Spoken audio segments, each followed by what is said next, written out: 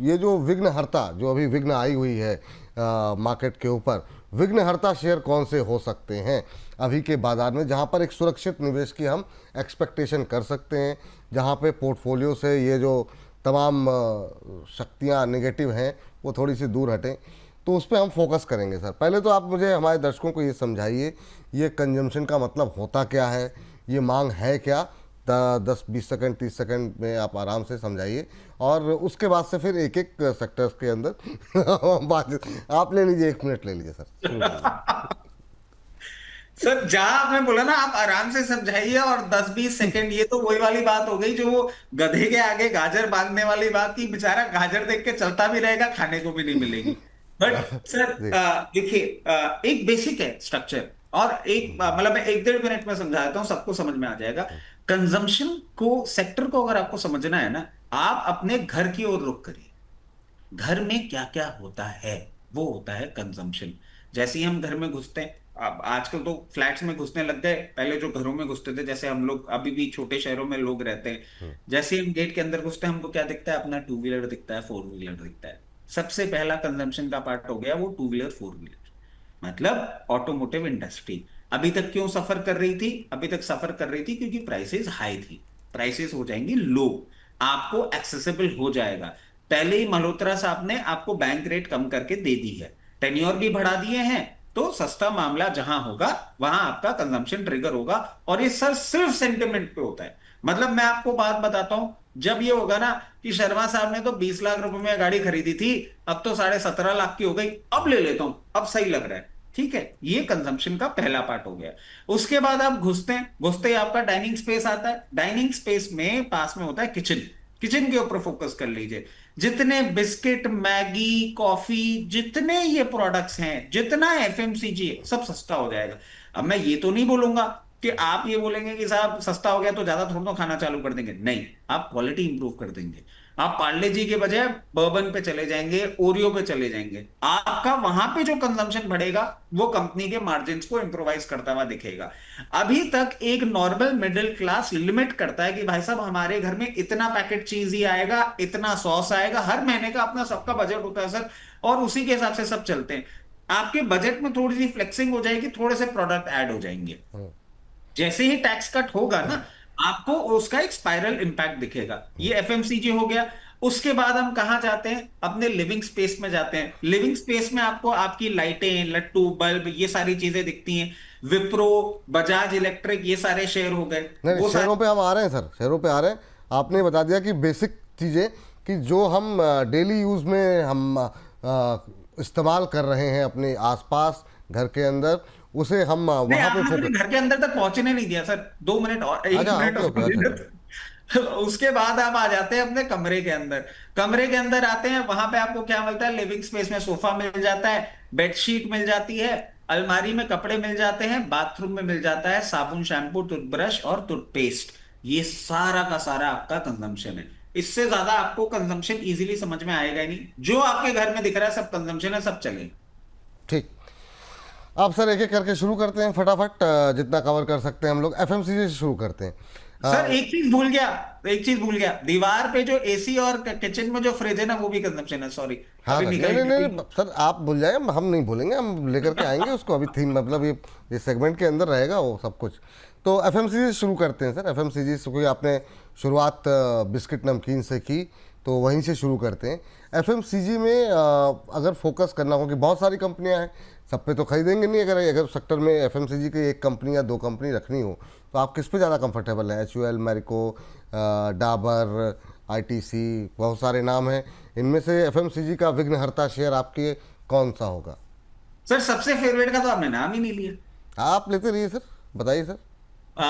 क्योंकि सर अभी भी क्या है, टाटा कंज्यूमर कौन सा? मेरी बचपन की आदत अभी तक गई नहीं है, और सर मुझे बहुत पसंद है मैगी। मैगी, ओह तो नेस्ले। Sir Nestle. नेस्ले थोड़ा महंगे पड़ जाता, चलिए कोई बात नहीं, नेस्ले हाँ। सर नेस्ले, आप महंगे की बात करें, हम ये चीज देखिए ना कि कितनी बड़ी कंपनी है, और हाँ अभी 1162 रुपए में आपको मिल रही है। आप देखिए नेस्ले जिस तरीके से अभी, क्योंकि सर मैं बता रहा हूं आपको, जब कंजम्पशन की हम बात करते हैं ना, जीएसटी का स्लैश जो आएगा ना, नेस्ले का जो पूरा का पूरा प्रोडक्ट लाइनअप है वो इतना मैसिव है कि इनके रेवेन्यूज में आपको अच्छा फर्क आता हुआ दिखेगा। जिस तरीके से मेंटेन कर रहा है करंट लेवल्स पे, आप धीरे धीरे करके अपनी पोजीशन बना सकते हैं, क्योंकि मार्केट वॉलेटाइल है। एक चीज मैं ऐड कर देता हूं, लोअर लेवल्स पे जहां भी आपको 1096 या 1088 तक भी मिलता है ना, इसमें आप आराम से पोजीशन बनाइएगा।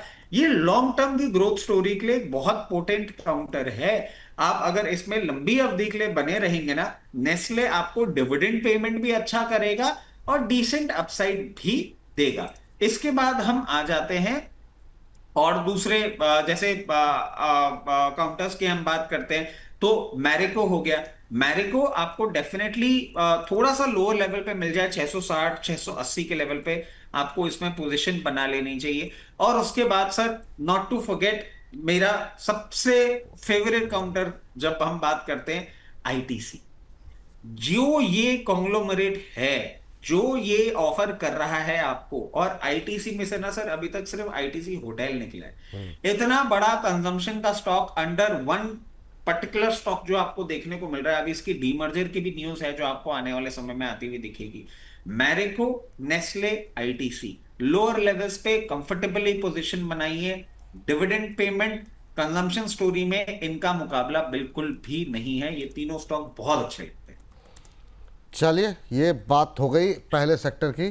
तो हमारे जो विघ्नहर्ता शेयर एफएमसीजी सेक्टर के हैं, उसमें नेस्ले है, मैरिको है, आईटीसी, जिसमें कि गिरावट में खरीदारी की सलाह जो है यहाँ पर दी जा रही है रचित सर की तरफ से। सर, दूसरा सेगमेंट जो महत्वपूर्ण है वो है कंज्यूमर ड्यूरेबल, जिसके सबसे लास्ट में आपने नाम लिया।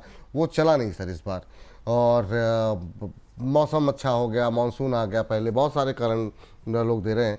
लेकिन अभी के लिहाज से अगर यहाँ पर एक्सपोजर लिया जाए तो कितने दिनों के लिए, 6 महीने, साल भर, अगली गर्मी तक, तो किस लिहाज से खरीदने की कोशिश की जाए, और आपके पसंदीदा कंज्यूमर ड्यूरेबल सेक्टर के अंदर वो कौन सी कंपनियां हैं जहाँ पर आप पॉजिटिव हैं?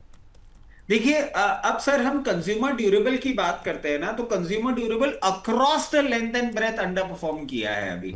और उसके पीछे जिस तरीके से बारिशें आ गई थी, जल्दी गर्मियां चली गई थी, डेफिनेटली हमको एक अंडर परफॉर्मेंस देखने को मिला है। इनमें से कुछ एक शेयर है, जैसे Voltas, Whirlpool India, Crompton Greaves consumer, और एम्बर एंटरप्राइजेस और डिक्सन टेक्नोलॉजीज। ये पूरा का पूरा आपको एक कंग्लोमरेट कवर करके दे देता है। मेरी समझ से इन शेयरों पे हमको खासा नजर रखनी चाहिए। लोअर लेवल्स पे जहां मिलेंगे जरूर पोजीशन बनानी चाहिए। जैसे ही जीएसटी स्लैश होगा, ये अच्छा अपसाइड आपको देने का दमखम रखते हैं। सर, आपने एक तरीके से पूरे सेक्टर एक साथ ही नाम ले लिए। मतलब अगर फ्रेश पोजीशन के लिए पोर्टफोलियो किसी को बनाना हो, और 5-7 ये जो इनका पूरा बुके है कंज्यूमर ड्यूरेबल का, उसमें अगर 2 ही 3 ले सकता है कोई, या एक ही ले सकता है 1-2, तो उसके अगर आप नाम लें तो ज़्यादा बेहतर है। क्योंकि आपने Amber Enterprises, Voltas, Dixon, Blue Star सारे हो गए हमारे। तो इस थीम पे आप पॉजिटिव हैं, अच्छी बात है। अगर 1-2 चुनने हो तो वैल्यूएशन के लिहाज से या वैसे भी आपको कौन सी ज़्यादा बेहतर लग रही है? 2-3 कंपनियों तक सीमित रखते हैं अपने आप को भी। यार, अगर दो पे ही रखना है तो मैं आपको बोलूंगा कि एक तो आप रख लें डिक्सन टेक्नोलॉजीज, और एक Whirlpool India. Whirlpool. Whirlpool India. चलिए, एक नाम और कोई बोल दीजिए सर। अगर आप लीवरेज दे रहे हैं तो एम्बर एंटरप्राइजेस, इसका तो मुकाबला ही अंबर नहीं। इंटरप्राइजेस, ठीक है सर। तो अभी आप वोल्टास को बाहर कर रहे हैं, और ब्लू स्टार और वोल्टास से बेहतर आपको अंबर इंटरप्राइजेस, डिक्सन टेक्नोलॉजी और वर्लपूल इंडिया लग रहे हैं जहां पर सर निवेश। सर ये तो न्यूज चैनल वाली बात कर रहे हैं, मैं वोल्टास को बाहर नहीं रख रहा हूं। आप मुझे मैंने वोल्टास कहा को आपके बाहर पसंदीदा शेयरों में अगर 2-3, अगर हमारे पास मुझे 2 का ऑप्शन है, तो आप अभी वोल्टास और ब्लू स्टार को बाहर रखेंगे, और अंबर, डिक्सन और वर्लपूल के साथ जाएंगे। बिल्कुल ठीक, बिल्कुल। ये बात है, ठीक है। तो ये बात हो गई कंज्यूमर ड्यूरेबल को लेकर के। अब आ जाते हैं सर जरा एक ऐसा सेक्टर जो हम सबका फेवरेट है, जिस पे लगातार बातचीत हो रही है, वो है ऑटो। ऑटो के अंदर सर एक तो आपका फेवरेट है टाटा मोटर्स, मैं मान के चल रहा हूँ। पर अगर टाटा मोटर्स के आगे अगर हम कुछ बात करना चाहें, अगर 2-3 कंपनियों पे, तो फोकस कहाँ रखना चाहिए? 2 व्हीलर्स पे या फिर कमर्शियल व्हीकल पे? अशोक लेलैंड पे बहुत बात हो रही है आजकल। तो हालांकि ये डिमांड वाले सेक्टर में आएगा कि नहीं अशोक लेलैंड पता नहीं, लेकिन फिर भी चर्चा में है लगातार। तो ऑटो पे फोकस अगर करना हो, और एक पोर्टफोलियो अगर हम इस समय बना रहे हैं कि इस गणेश चतुर्थी से अगले गणेश चतुर्थी तक, तो उसमें 2-3 कंपनियां वो कौन सी होंगी जहां आपका फोकस रहेगा, और ऑटो से क्या एक्सपेक्टेशन है? थोड़ा सेक्टर के बारे में भी।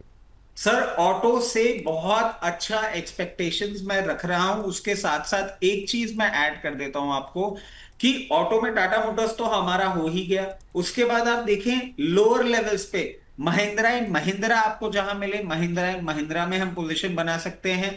मारुति अच्छा लगता है, मारुति कंसिस्टेंट लॉन्ग ग्रोथ के लिए बहुत अच्छा काउंटर है। मगर मारुति करंट लेवल्स पे थोड़ा सा मैं अवॉइड करना चाहूंगा और उसको रिप्लेस करूंगा हीरो मोटो कॉर्प से। ऑटो एंसिलरी हमने अलग रख ली है। अगर हम ऑटो सेक्टर की बात करें, हीरो मोटोकॉर्प, टाटा मोटर्स और मारुति, ये तीन स्टॉक होंगे जो आपको आने वाले समय में अच्छा विघ्नहर्ता बनते हुए दिख सकेंगे। और हीरो मोटोकॉर्प के लिए मैं सर एक चीज बोल देता हूं, मुझे वैल्यूएशन कंफर्ट भी मिलता है। जीएसटी स्लैश के बाद हीरो मोटोकॉर्प में मैं बहुत अच्छा अपसाइड देख रहा हूं, क्योंकि हीरो मोटोकॉर्प अभी तक रूरल डिमांड के लिए नोन था। बारिशें अच्छी हो रही है, एग्रीकल्चर डिमांड, आप रूरल डिमांड आपको मिलेगी मिलेगी। शादियों का सीजन अप्रोच होने वाला है, रूरल डिमांड मिलेगी ही मिलेगी। जीएसटी स्लैश होगा, जो इनकी हार्डली के साथ ये बना रहे हैं और जो इनका एक वेदा करके ईवी है, उसमें भी आपको अच्छा रिस्पॉन्स देखने को मिल सकता है। टाटा मोटर रैंकिंग भी कर लेते हैं sir, Tata motor, hero MotoCorp and Mahindra. नहीं नहीं, टाटा मोटर्स, हीरो मोटोकॉर्प और एम ना। या हाँ, महिंद्रा। अच्छा सर, ये थोड़ा सा आपने चॉइस जो है ना थोड़ी सी अलग रखी, क्योंकि ज़्यादातर टू व्हीलर में हम देख रहे हैं ना कि सबका फोकस एक साथ जो है वो टीवीएस टीवीएस टीवीएस। मतलब आप फंडामेंटली किसी से भी बात कर लो तो जब भी, क्योंकि हम तो हर हफ्ते कर ही रहे हैं, टीवीएस ही सबको अच्छा लग रहा है। तो ये हीरो मोटोकॉर्प चुनने की वजह क्या रही सर, क्योंकि थोड़ी सी अलग चॉइस है आपकी। सर हीरो मोटोकॉर्प, आप एक चीज समझिए सर, मैं बहुत बेसिक बात करता हूं, प्रोडक्ट लाइनअप की बात करिए आप मेरे से। टीवीएस मोटर का आप कोई एक ऐसा प्रोडक्ट मुझे बोलिए जो मार्केट लीडर हो। इनके पास सब कुछ है, मैं मना नहीं कर रहा। टीवीएस मोटर आज आई क्यूब ईवी में चल रहा है, तो फिर बजाज के पास चेतक है जो चल रहा है। इनका जो कम्यूटर सेगमेंट है वो इतना सक्सेसफुल नहीं है। इनका जो स्कूटर सेगमेंट है, जुपिटर को आज भी बहुत स्ट्रॉन्ग टक्कर दे रहा है Honda Activa. So when you select a stock ना, you need to have something in your mind कि ऐसा क्या हो सकता है जो ये आउट परफॉर्म करे। अब हीरो मोटोकॉर्प की मैं आपसे बात करता हूं। हीरो मोटोकॉर्प सर आज भी मार्केट लीडर है 100 सीसी सेगमेंट में। हीरो मोटोकॉर्प को आप जो कंपनी बोल दीजिए, उसने हिलाने की कोशिश कर दी, नहीं हिला पाई। ठीक है। हीरो मोटोकॉर्प ने हार्ली के साथ जो टेक्नोलॉजी शेयरिंग करी है, उसके बाद उसने एक 440 सीसी मैवरिक का अटेम्प्ट लिया था, नहीं कंफर्टेबली सेट हो पाया, बंद कर दिया प्रोडक्ट। बट हार्ली के टेक्नोलॉजी को यूज करके और नए प्रोडक्ट लेकर आ रहे हैं। जो एस्पिरेशनल बाइंग सेगमेंट होता है, अभी तक उसको कोई भी नहीं हिट कर पाया था।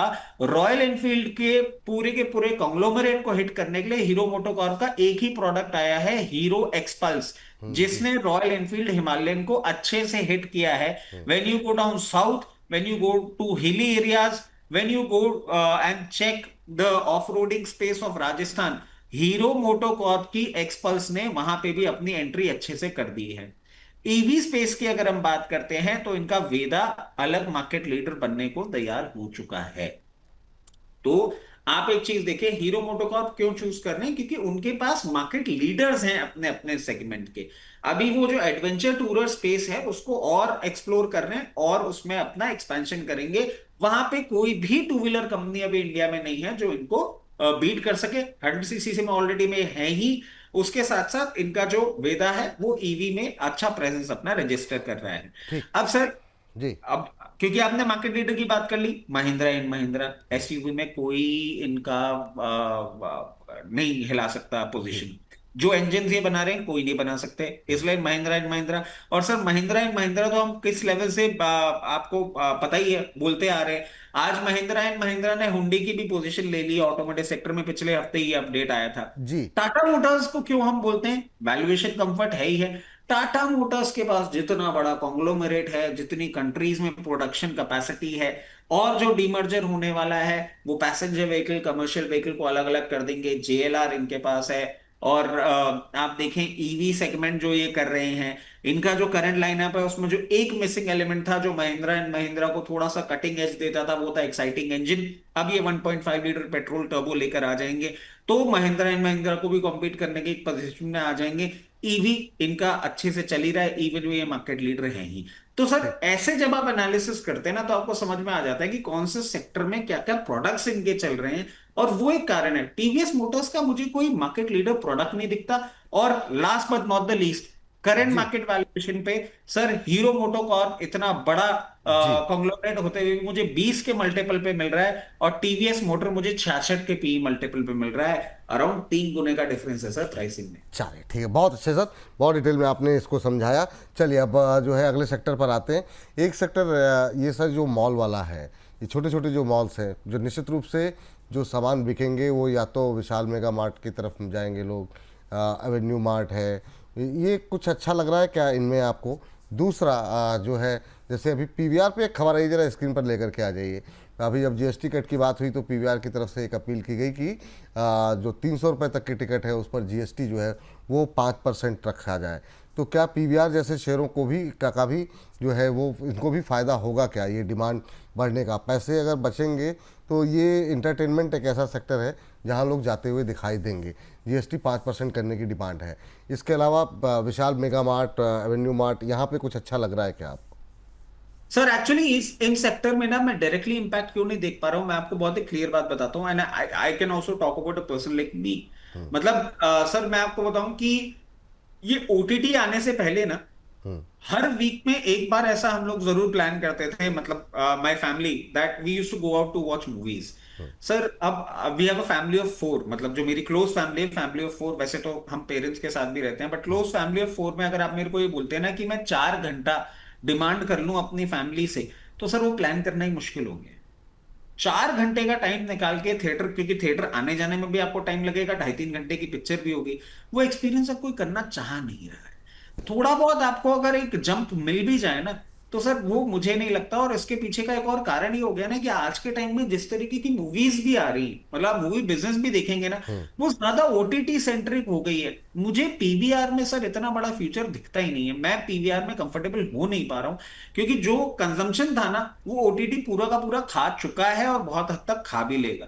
मैं 1,000 रुपए के नेटफ्लिक्स सब्सक्रिप्शन में ना मेरा पूरा का पूरा जो घर है वो देख रहा है, लेटेस्ट मूवीज देख रहा है, सब कुछ कर रहा है, कोई अपने कंफर्ट जोन से बाहर नहीं आने वाला सर। मुझे नहीं लगता पीवीआर में घट भी जाएगा ना, एक आपको स्पाइक जरूर मिल सकता है, बट क्या ये गेम चेंजर बन जाएगा? नहीं सर, मुझे नहीं लगता। ठीक है। अब हम बात कर लेते हैं सर इन सुपर मार्ट्स की। तो सर सुपर मार्ट्स में ना आप अगर देखें तो विशाल मेगा मार्ट एक जरूर है जो थोड़ा सा ठीक लगता है, क्योंकि ये कपड़ों में भी डील करता है। एवेन्यू सुपर मार्ट ये इसलिए अच्छा लगता है क्योंकि इनकी प्राइसिंग जो होती है ना वो अच्छी होती है, मतलब बहुत रीजनेबल प्राइसिंग पे देते हैं। बट सर इस पूरे सेक्टर को जब मैं बहुत क्लोजली देख रहा हूं ना, मेरे को प्रॉब्लम इनकी वैल्यूएशंस पे दिख रही है। विशाल मेगा मार्ट मुझे तब भी in comparison with the entire sector थोड़ा सा रीजनेबल लग रहा है, मगर सर इनका भी पी आप देखेंगे 103 का है, एवेन्यू सुपरमार्ट 113, शॉपर स्टॉप 332, वी मार्ट रिटेल 110। तो सर मेरे को अभी at the very face of it बहुत ज्यादा कंफर्ट नहीं दिख रहा है। मैं कहूंगा कि इसको थोड़ा सा जीएसटी का पूरा सेटअप क्लियर हो जाए, उसके बाद किस तरीके से सिचुएशन बनेगी वो पूरी सिचुएशन देखेंगे और फिर इस पे एक ओवरव्यू लेंगे। For the time being I really don't see things happening at current pricing, मुझे कंफर्टेबल नहीं लगता एंटर करना। Vishal Mega Mart, Avenue Super Mart और पीवीआर, ये अभी करंट लेवल पर अवॉइड करने की सलाह है, अभी खरीदारी करने की विशाल सलाह तब भी रिलेटिवली ठीक है सर, है। मगर हाँ। मैं जो आपको बात कर रहा हूँ ना, मतलब इसमें आप पोजीशन रख सकते हैं, बाकी का वैल्यूएशन बहुत हाई है और पीवीआर का बिजनेस का कन्विक्शन खत्म हो गया सर, मैं बहुत कंफर्टेबल हो ही नहीं पाता हूँ। मतलब मैं आपको बताता हूँ ना सर, बेसिक लॉजिक क्या है, मेरे को बिजनेस अगर होता हुआ नहीं दिखता ना, तो मैं सिर्फ स्टॉक के नाम पे इन्वेस्टमेंट करना सही नहीं समझता। ठीक है सर, अच्छी बात है। फ्लाइट में कुछ दम दिखाई दे रहा है या वहाँ पर भी थोड़ा अवॉइड करेंगे? किसमें किसमें स्पाइस सर? जेट हुआ या बाकी वहाँ पे कोई डिमांड? अच्छा एविएशन, नहीं एविएशन नहीं सेक्टर। नहीं सर, एविएशन नहीं समझ में आता, प्रॉफिट मेकिंग बिजनेस ही नहीं बना कभी। इंडिगो है, इंडिगो ने एविएशन ही चेंज कर दिया। इंडिगो मैं हमेशा बोलता हूँ सर, लोअर लेवल पे भी बोला था, अभी भी मैं आपको बोलूंगा, जब भी करेक्शन करे इंडिगो में जरूर आप पैसे लगा दीजिए। ये जो आप वो देख रहे हैं हिस्से बेचने की तैयारी है सर, इससे थोड़ा सा पहले भी बेचा था इन्होंने हिस्सा, इसमें थोड़ा सा आपको मूवमेंट आता हुआ दिख सकता है डाउन साइड पे, बट देखिए साहब, तो मैं मतलब लोअर लेवल्स पे इंडिगो में आप जरूर पैसा लगाइए, प्रॉफिट मेकिंग एंटिटी है, डेफिनेटली कर सकते हैं। और सर अब तो जिस तरीके से इनका हाल हो गया है ना, मतलब मैं आपको बताऊं, क्योंकि अब आपने बात बोली दी है कि आपका घूमने का इतना लगा रहता है। सर जयपुर जैसे शहर में कि सिटीज के लिए हर 2 घंटे में फ्लाइट उड़ा रहे हैं सर। मतलब ये तो हमारी राजस्थान रोडवे से ज्यादा फ्रीक्वेंसी रख रहे हैं, इतनी इनके पास ट्रैफिक है आज के टाइम। इंडिगो में जरूर पैसा डाला जा सकता है लॉन्ग टर्म के लिए, बट वैसे एविएशन से दूर रहेंगे सर। एविएशन से दूर रहने की सलाह है, नीचे आने में खरीदारी कर सकते हैं। खबर आपकी स्क्रीन पर अभी चल रही थी, वह यहाँ पर जो है प्रोमोटर्स की तरफ से कुछ हिस्सा बेचा गया है, वो खबर यहाँ पर है। ब्लॉक डील के जरिए 3.1% हिस्सा बेचने की तैयारी हो रही है।